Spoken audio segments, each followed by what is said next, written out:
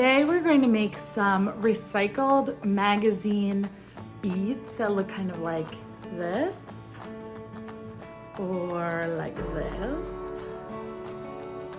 or maybe even like this, that we can use to make really fun jewelry like this. All that you need are really simple materials, including some things that you probably have in a pile to throw out. So without further ado, let's look at this step by step.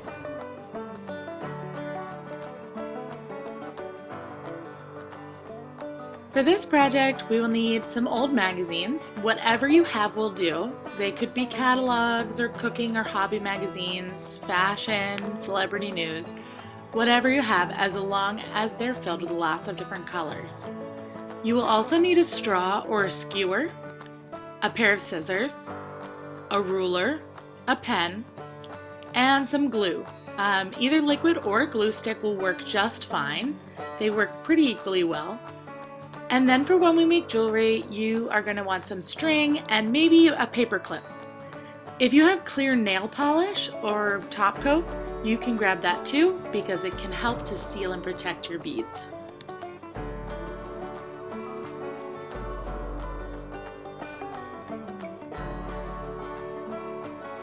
First, we want to look through our magazines and pick out a few colorful pages to start with.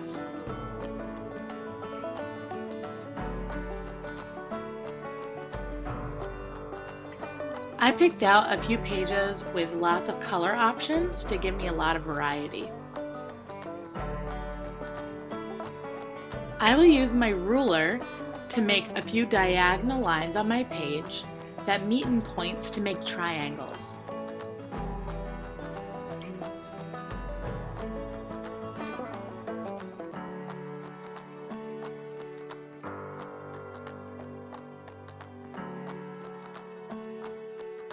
When I cut these triangles out, they're going to look something like this, with a pointy end and a wider end.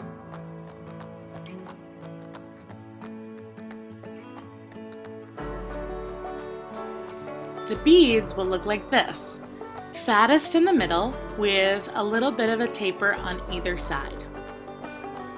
You will be able to see a little bit of each different color and pattern that were on that strip of paper. The other style of bead we're going to make will use these long rectangular strips that are equal on either end. The beads will end up being long tubes like this that only have one pattern, so we have to be more particular about choosing which end of the paper we want to roll to and what exact colors and patterns we want to be able to see.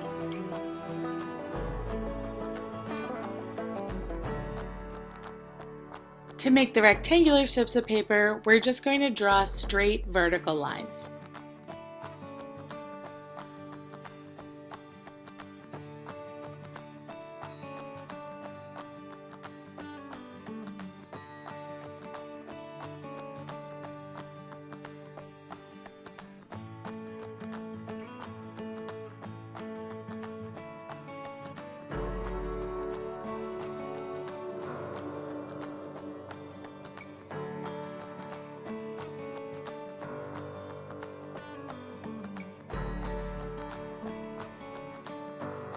The first page we cut the long way, but you can also cut your pages the short way, and your beads should turn out just as cute.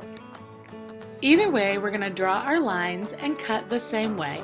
We just want to make sure that we don't make them too wide. A skinnier strip is better than a too wide one. I didn't mind having a little black line on the edge of my strips, but if you don't want that line to show up on your beads, turn the page over and make your lines on the back.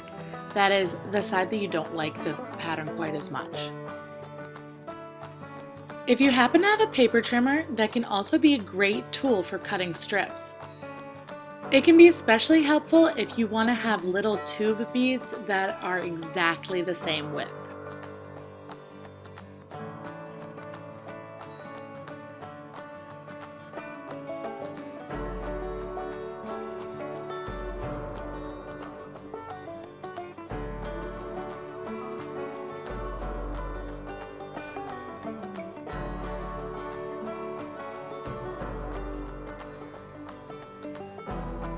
Now you'll need your glue and either a straw or a skewer.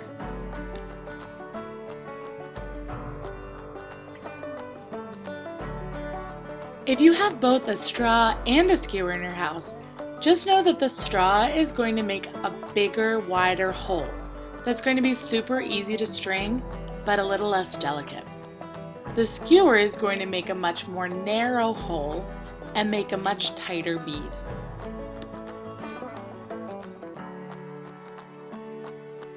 With either one, we want to start rolling from the widest end of our strip with the good side facing down.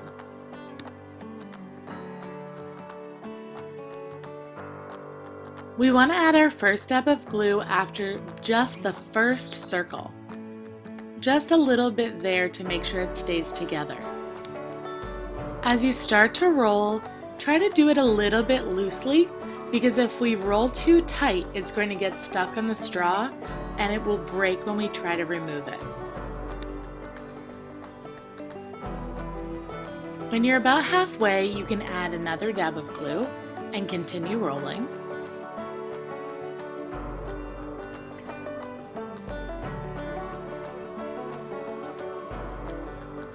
And then one more dab when you're almost at the end.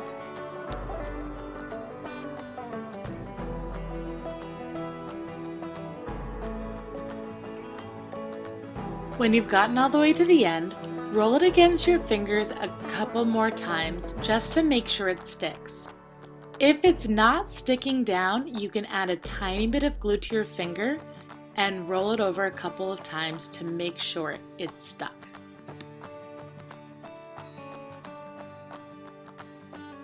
Now you can gently slide it off the straw and set it aside to dry. Whether you're using the straw or the skewer, the liquid glue or the glue stick, you're going to start the same way more or less every time. Once I have the fat side of the triangle wrapped kind of loosely around the skewer once, I'm going to grab my glue and make sure to add a little dab so that it stays in place. Making sure not to roll too tightly, I'm going to keep going until I get about halfway through. Then I'll add another little dab of glue and keep rolling until I get almost to the end. At the very end, I'm going to put a thick layer of glue to make sure it sticks, and I'm going to roll a couple of extra times on my finger to make sure the end stays down. Then I can take it off my skewer and set it aside to dry. The square ones really work the same way, except we have to be more particular about what we want the end to look like. For this one, I want my pattern to look like that denim jacket there, so I'm going to snip off the very end past the jacket.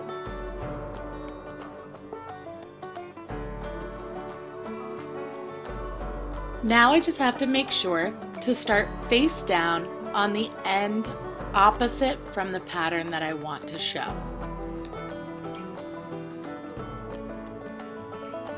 And just like before, I'm going to roll a little bit, add a dab of glue, and keep rolling to the middle, add a dab of glue, and at the very end, keep rolling past the end a couple times to make sure it sticks. For this one, we might also want to take a little bit of glue on our finger and press the end closed. Now we can slide it off and set it aside to dry just like before. Same idea with the straw. I'm going to pick a strip, decide what pattern I want to show, snip off any extra, and start to roll from the opposite end with the good side facing down.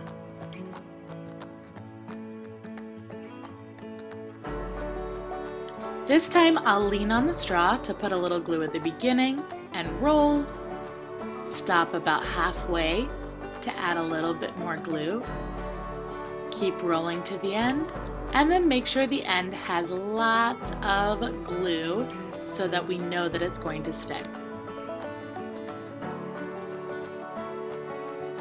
Press down the ends and you're ready to slide off the straw and set aside to dry.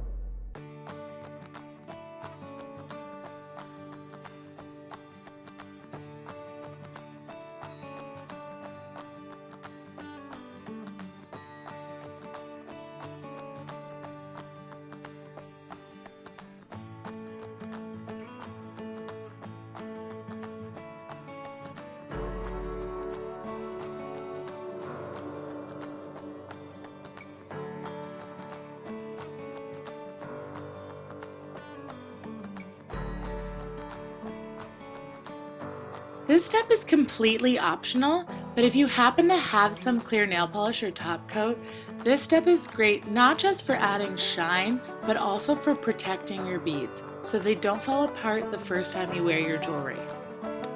I'm going to start by loading a few beads onto my skewer so that I don't have to hold them in my hand as I paint them. I will still have to hold the beads still while I paint them, so I will do that gently with my thumb or my thumbnail. If I get a little bit of top coat on my skin, it's really not a big deal because it was made for nails and will come off easily with a little bit of nail polish remover. I do want to make sure I cover the whole surface of the bead, especially along the crease on those square tube beads and along the point on the ones that are tapered and made with triangles.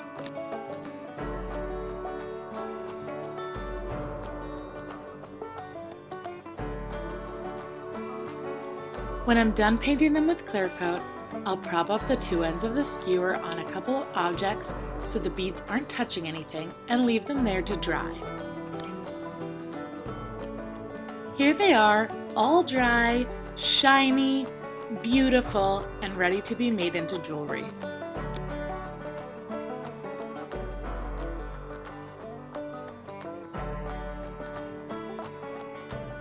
After your beads are finished, you can use them to make any kind of jewelry you want. But if you want to keep it for a long time, make sure that it's something that you can take off and put back on. These beads are very fragile and definitely shouldn't get wet, so you need to be able to take it off to wash your hands or get in the shower. One way to accomplish that is by making a clasp with a paper clip. To use a paper clip as a clasp, you just need to start with a loop on one end, and after you bead all your beads on there, you're going to tie the other end to a paper clip so that the paper clip can hook into the loop.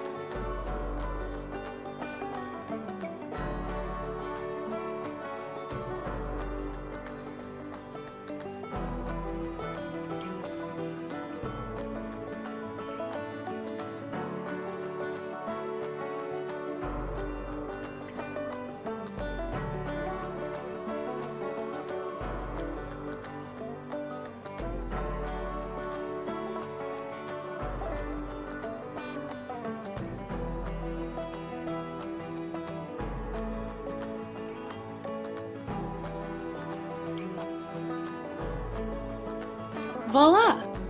Mine's a little loose, but that'll be easy to fix by taking out a bead and tightening up the knot a little bit.